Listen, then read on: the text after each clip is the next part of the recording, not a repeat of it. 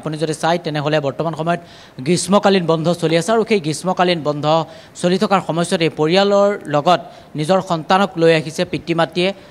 বিভিন্ন স্থানলৈ লৈ যায় আৰু সমান্তৰালকৈ গুৱাহাটীৰ খানাপাৰাস্থিত যিখন ড্ৰিমলেণ্ড সেই ড্ৰিমলেণ্ডলৈও বিভিন্ন সময়ত 10 বজাৰ পৰা 6 বজাৰ পৰ্যন্ত বিভিন্ন প্ৰান্তৰ পৰা ব্যক্তিসকল আহে তেনেকৈ ওলাই আহিছিল গুৱাহাটীৰ পাণ্ডুৰ পৰা পিতৃ আৰু মাতৃ সমান্তৰালকৈ 12 বছৰীয়া এটি কিশোৰ ওলাই আহিছিল আৰু তাৰ পাছতে এটা ভয়ংকৰ ঘটনা সংঘটিত হৈছে ড্ৰিমলেণ্ডত তেওঁ খেলি থকাৰ অৱস্থাতেই বেল খোল খাই গৈছিল আৰু বেল খোল খাই যোৱাৰ অৱস্থাতেই চিটিকি পৰিছিল আৰু চিটিকি পৰাৰ ফলত প্ৰায় দেহৰ 18টাকৈ স্থানত তেওঁ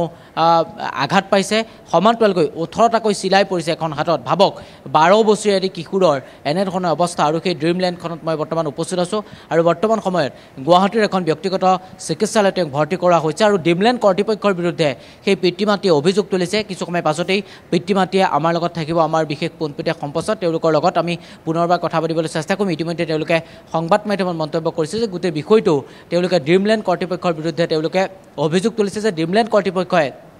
শিশুসকলৰ নিৰাপত্তাৰ ক্ষেত্ৰত তেওঁলোকে যেনেদৰে গুৰুত্ব দিব লাগে তেনেধৰণে গুৰুত্ব নাই দিয়া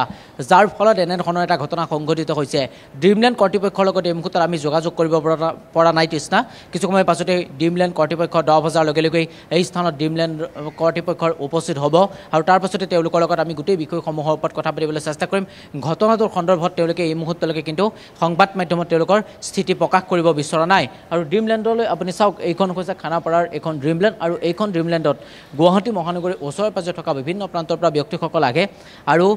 যিসকল শিশু সেই শিশুসকলৰ যিটো নিৰাপত্তা দিশ সেই নিৰাপত্তা দিশটো কিন্তু যেনেদৰে গুৰুত্ব দিব লাগিছিল তেনেদৰে গুৰুত্ব দিয়া নাই যাৰ ফলত এটা ভয়ংকৰ ঘটনা সংঘটিত হৈছে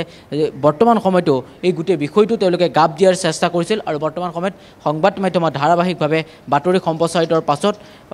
সম্প্ৰচাৰিত হোৱাৰ পাছতো কিন্তু কোনো ধৰণৰ তেওঁলোকে এতিয়ালৈকে প্ৰতিক্ৰিয়া দিব বিচৰা নাই চিট বেল্ট খোল খাই গৈছিল ভাবক তেওঁলোকে চিট বেল্ট খোল খাই গৈছিল আৰু চিট বেল্ট খোল খাই যোৱাৰ পাছত তেওঁ চিটিকি পৰিছিল কেইবাটাও তেখেতৰ চিলাই পৰিছিল এই শিশুটি আৰু গৰম বন্ধৰ সময়ছোৱাত অভিভাৱকৰ সৈতে তেওঁ অৱসৰ বিনোদনৰ কাৰণে আহিছিল আৰু ঘটনাৰ খবৰ সংগ্ৰহৰ বাবে যোৱা কালিৰ দিনটোত আমি দেখিবলৈ পাইছিলোঁ একাংশ সংবাদ মাধ্যমৰ ব্যক্তিকো কিন্তু তেওঁলোকে তুচ্ছ তাচ্ছিল্য মন্তব্য কৰা দেখা পোৱা গৈছে আৰু এইখন হৈছে খানাপাৰা ড্ৰিমলেণ্ড আৰু এইখন ড্ৰিমলেণ্ড 10 বজাৰ পৰা তেওঁলোকৰ সময় অনুসৰি সন্ধিয়া 6 বজালৈকে তেওঁলোকে খোলা থাকে আৰু এইখন ড্ৰিমলেণ্ডতেই শিশু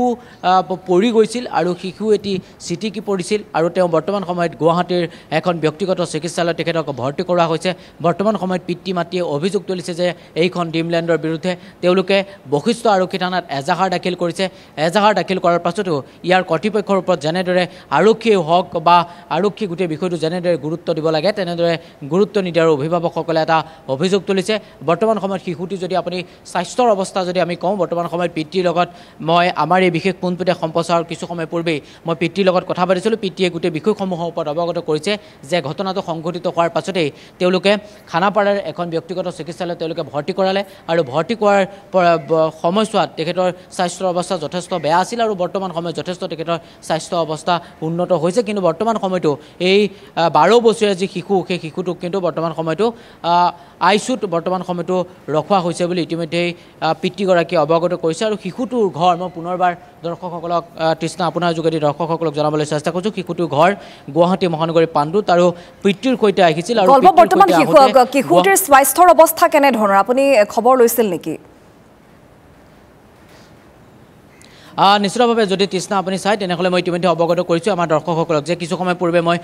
শিশুটিৰ পিতৃৰ লগত কথা পাতিছিলোঁ বৰ্তমান সময়ত পিতৃ আইচুত আছে সেই শিশুটোৰ লগত আৰু যাৰ ফলত পিতৃয়ে খুব কম সময়ৰ ভিতৰতে তেখেতে গোটেই কথাখিনি কৈছে যে গোটেই ঘটনাটো কেনেকৈ সংঘটিত হৈছিল সেয়া বিৱৰণ দিছিল তেওঁ কৈছিল যে অভিভাৱকসকল ৰৈ আছিল অভিভাৱকসকল ৰৈ থকাৰ অৱস্থাতেই শিশুটোৱে খেলনা খেলি আছিল আৰু যি চিট বেল্ট খেলি থকাৰ অৱস্থাত যিসমূহ চিট বেল্ট লগোৱা হয় সেই চিট বেল্টসমূহ যথেষ্ট বেয়া আৰু চিট বেল্ট খোল খাই গৈছিল আৰু বৰ্তমান সময়ত শিশুটো